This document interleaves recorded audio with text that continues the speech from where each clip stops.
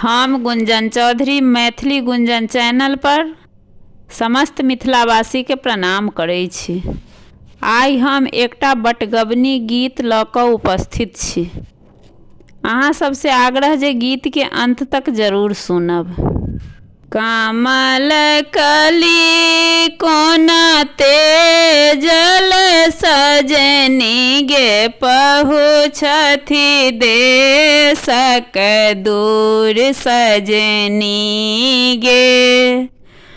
कमल कली कोना तेजल सजनी गे पहुँचथि देशक दूर सजनी गे।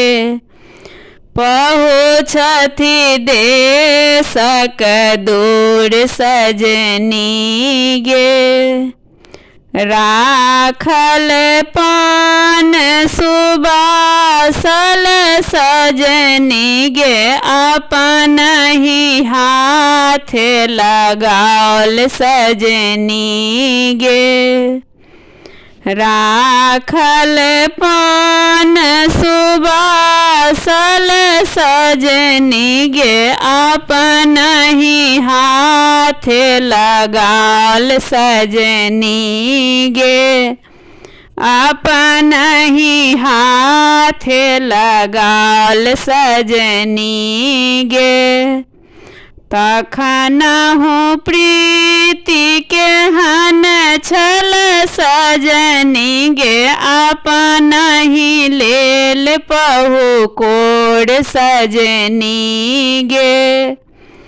तखन के प्रीति के हन छल सजनी गे अपन ही लेल पहु कोड़ सजनी गे। अपन ही लेल पहु कोड़ सजनी गे। ठाढ़ी छलहु हम कदम तर सजनी गे तारू दुसल मुँह मोड़ सजनी गे।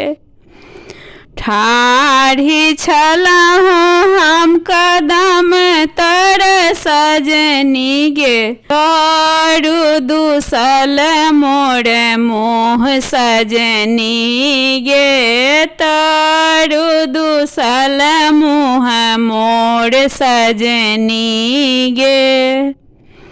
नैनक काजर स्याही भेल सजनी गे अपन ही हाथ सँ लिखब सजनी गे। नैनक काजर स्याही भेल सजनी गे अपन ही हाथ सँ लिखब सजनी गे। अपन ही हाथ सँ लिखब सजनी गे। चारू कात लिखब कुशल सजनी गे बीच में अपन वियोग सजनी गे। चारू कात लिखब कुशल सजनी गे बीच में अपन वियोग सजनी गे। बीच में अपन वियोग सजनी गे।